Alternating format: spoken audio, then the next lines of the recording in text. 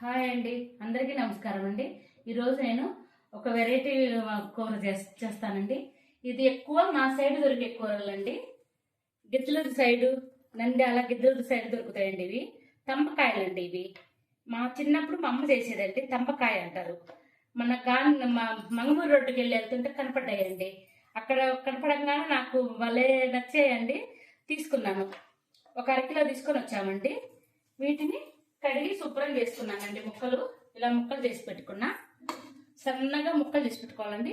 ఇవి ఎంత లేతగా ఉంటే అంత మంచిదండి. లాతకాయలు తీసుకోవాలండి. మేము ఇలా ఏరుకున్నామండి. లాతకాయలు గింజ కట్టకూడదు అసలు.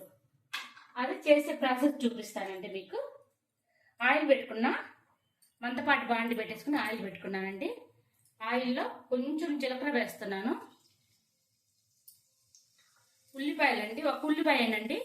నాకు కర్రీ కొంచానికే దానికి ఒక ఉల్లిపాయ కట్ చేసుకున్నా. వేటిలో కూడా ఎక్కువ వేగనీయక్కర్లేదండి. కర్రీలలో ఇవి వేస్తున్నానండి. తమ్మకాయలు వేస్తున్నాను.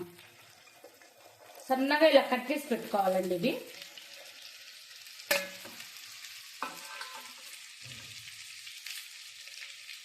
టమోటా వేస్తున్నానండి.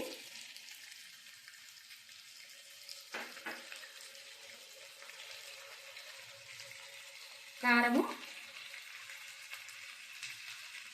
రుచికి తగ్గట్టు కారం వేసుకోండి. పసుపు,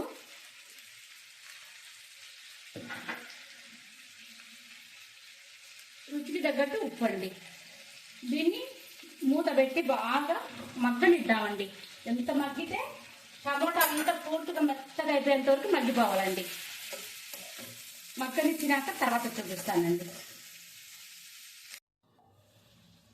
చూడండి, మనము ఉల్లిపాయ ఎక్కువ వేగనీయక్కర్లేదండి. అన్నీ ఒకసారి వేసేస్తే నీట్గా ఎట్ట వేగిపోయిందో చూడండి.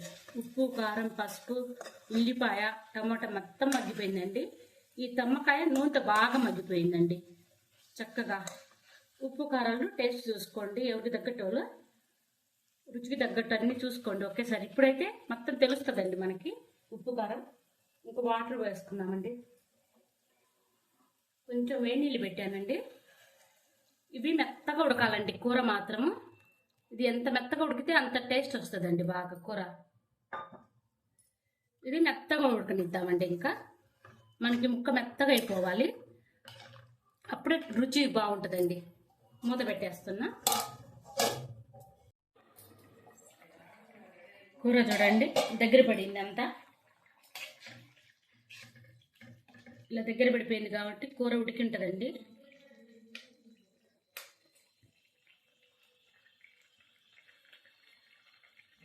అది చూడండి ఉడికిపోయింది. ధనియాల పొడి అండి. దీంట్లోకి మనము చెక్క, ఇదిగోండి ధనియాల పొడి, చెక్క, లవంగాలు, కొబ్బరి, అల్లము ఇవి 4 వేసి మిక్సీ పెట్టుకున్నానండి. ఇది దీని గురించి వీడియో కూడా చేశానండి. కొందరు అడిగారండి, ఇది బయట నిల్వ ఎన్ని రోజులు ఉంటుందని అడిగారండి. నెల రోజులైనా ఉంటుందండి. ఈ పొడి నెల రోజులైనా ఉంటుంది. ఫ్రిడ్జ్లో పెట్టుకుంటే చాలండి. మనం ఇదిగోండి ఈ యొక్క స్పూన్ వేసుకుంటే సరిపోతుంది. ఇది టమాటా కూరలో ఏ కూరలైనా వేసుకోవచ్చని చెప్పాను కదండి. ఇది ఒక్క పొడి వేసుకుంటే చాలండి. చాలా అన్ని కూరలలో టేస్ట్ మాత్రం చాలా బాగుంటుంది. ఇదిగో చూడండి, ఇంకొంచెం దగ్గరికి రానిచ్చి స్టవ్ ఆఫ్ చేద్దామండి. ఇదిగోండి కూర రెడీ అయిపోయింది. చాలా ఈజీగానే అయిపోయిందండి. తొందరగా అయిపోతుంది. ఈ కర్రీ మాత్రం చపాతీలలో బాగుంటుంది, రొట్టెలలో బాగుంటుంది, అన్నంలో బాగుంటుంది. ఈ కర్రీ దోశలలో కూడా చాలా బాగుంటుందండి. ఒక్కసారి నేను చేసిన పద్ధతిలో ఈ తమ్మకాయ మాత్రం దొరికితే మాత్రం కంపల్సరిగా చేసుకొని చూడండి. నేను చేసిన పద్ధతిలో చేసుకొని చూడండి. కొత్తిమీర వేయద్దు, కరివేపాకు వేయద్దండి. ఈ 2 వేయకుండా చేయండి. కూర టేస్ట్ తెలుస్తుంది. చాలా బాగుంటుంది. నచ్చితే మాత్రం లైక్ చేయండి.